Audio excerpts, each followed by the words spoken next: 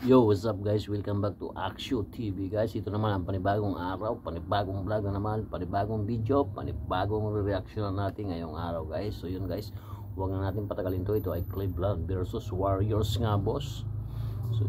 So yun guys, at sana guys, at bilang tulong na lang nyo sa akin, may subscribe naman nyo itong channel ko, Action TV. So yun guys, huwag na natin patagalin, tirahin na natin kagad yan. Let's go guys. Ni Draymond Green ng Cleveland, gustong upakan lahat ng pinanggigigilan mga bro. Hype na hype si Green kahit ang mabait na si Jarrett Allen hindi nakaligtas. Rematch sa pagitan ng Warriors at ng Cleveland. Opening quarter, kontrolado ng Cavs ang lead. Buwat mode ang tandem ni Mitchell at Garland. Under 7 minutes, lamang sila ng 6 mga bro, 14-8. Pero after ng timeout, gumana ng 10 tutura ng Warriors. Quick 3 points mula kay Steph. Pasok naman ang corner para kay Clay. Walang box out ang Cleveland kay Wiggins. Easy putback dunk na yan. Pasok sana ang tres na to ni Curry mga bro. Kaso napituan muna ng offensive foul si Moses Moody. Last 2 minutes, lalamang pa sana ang Cavs mga bro. Pero ganda ng panapos ng home team.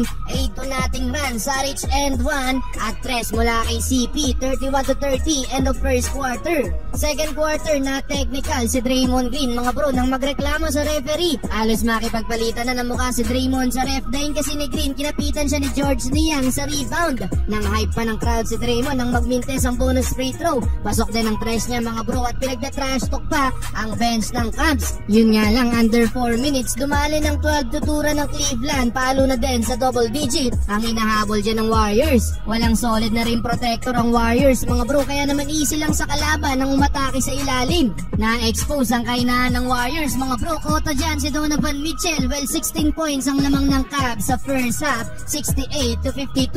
Third quarter, napa-early timeout ang Cavs mga bro dahil sa 10-2 start ng Warriors. Umiinit na si Curry, pinasayaw ang depensa ni Max Strus. Isa pang 3 na foul pa ni Darius Garland. Sigawan na ng MVP ang crowd ng home team mga bro. Under 7 minutes, sacrifice ng katawan si Green. Offensive foul si Jarrett Allen. Hype na ulit dyan si Green mga bro at parang gusto pang amunin etong mabait na si Allen na pangiti-ngiti lang. Kahit etong si Donovan Mitchell mga bro nang maagawan ng bola ni Green, hindi nakakaligtas sa sigaw ni Draymond. Bisikalan na din ang laban mga bro. Binigyan ni Draymond Green sa likod etong si Donovan Mitchell at dahil sa frustration dumante sa kabila si Donovan at doon na nag-scuffle ang dalawang players mga bro. Kaso nga lang nang ni-review ng mga referee ang nangyari, pinatawan ng another technical foul si Draymond Green mga bro dahilan kung bakit ejected tuloy siya. Ayaw papawat ni Green mga bro, talagang nangahype pa ng crowd at gusto pang sugurin etong si Donovan Mitchell pero nautakan siya dyan mga bro. Well, nagkaroon naman ng momentum dyan ng Warriors mga bro. Takeover pa din si Curry. Ganda pa ng tulong ng second unit led by Paul, Kuminga at Saric.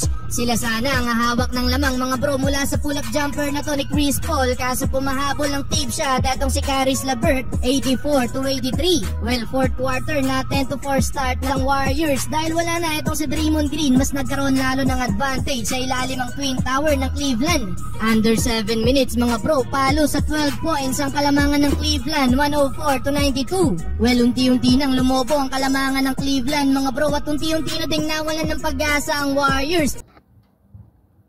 Yun nga guys, bali sayang lang talaga ng laban ng Golden State Warriors ngayon sa Cleveland. Kasi sa tuwing titira talaga at makakashot yung Warriors ay may panagot talaga ang Cleveland Cavaliers. So di ba? So yun nga, isa pa sa nagpatalo talaga sila yung pagka ejected ni Draymond Green. Yun, isang malaking kawalan yun sa kanila. So yun nga, napaka-physical nga ng laruan ngayon ng NBA dahil sa mga bagong rules and regulation nga ng NBA. So yun guys, ganun pa man guys, maraming salamat sa mga nanonood, sa mga nag-subscribe sa channel ko. Maraming salamat sa inyong lahat. Mabuhay po tayong lahat. Yun guys, sa mga hindi pa nakasubscribe po dyan, baka gusto naman nyo mag-subscribe sa channel ko bilang tulong na lang nyo sa akin. Maraming salamat guys. So yun, hanggang dito na lang to ang vlog natin ngayon. Maraming salamat sa mga reaction nating video ngayong araw. So yun, salamat po. Mabuhay po tayo lahat. Peace out guys.